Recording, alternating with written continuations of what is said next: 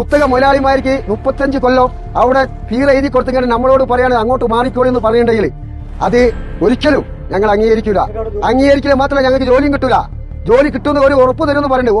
ഉറപ്പ് ഒരു തന്നിട്ട് കാര്യമില്ല, ജോലി കിട്ടൂല. ജോലി കിട്ടണ ജോലി വേണ്ട അവിടെ കിട്ടണമെങ്കിൽ. ഇന്നിവിടെ ഈ മാർക്കറ്റിൽ ഇങ്ങനെ നമ്മൾ ജോലി എടുക്കണ്ടെങ്കിൽ ഈ മാർക്കറ്റിലെ ജോലി വരെ അവിടെ ഉണ്ടാവില്ല. ഇവിടെ വരുന്നത് ആദ്യകാലയെ ഒന്നും കൂടെ നിൽക്കുന്ന ടീമാണ് ഇന്ന് ഇവിടെ വരുന്നത്. പുതിയ മാർക്കറ്റ് മാറി കഴിഞ്ഞാൽ അവിടേക്ക് ആരും വരില്ല. അവിടെ ഓരോ നാട്ടിൽ തന്നെ സാധനം കിട്ടാണ്ട്, ഇഷ്ടം പോലെ സാധനം കിട്ടാണ്ട്. ഇത് കോർപ്പറേഷൻ ഒരു അടവാണ്.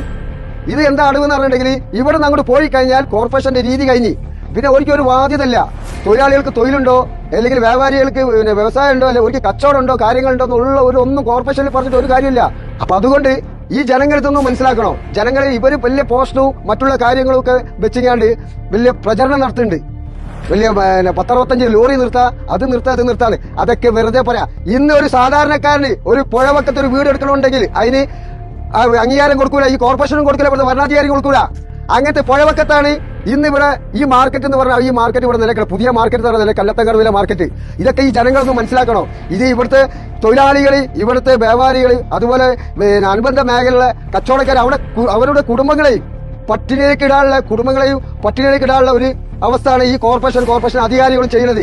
ഇതിൽ കട്ടൻറായിട്ട് പറഞ്ഞാൽ ഇത് ഇവിടുന്ന് മാറ്റണമെന്നുണ്ടെങ്കിൽ ഞങ്ങളെ ജീവൻ പണിയും വെച്ചാലും വേണ്ടില്ല, ഇത് ഇവിടുന്ന് മാറ്റാൻ ഞങ്ങൾ അനുവദിക്കില്ല. അതിൽ എന്ത് വന്നാലും ശരി, ആര് വന്നാലും ശരി, എങ്ങനെ വന്നാലും ശരി, ഞങ്ങളെ നേരിടും.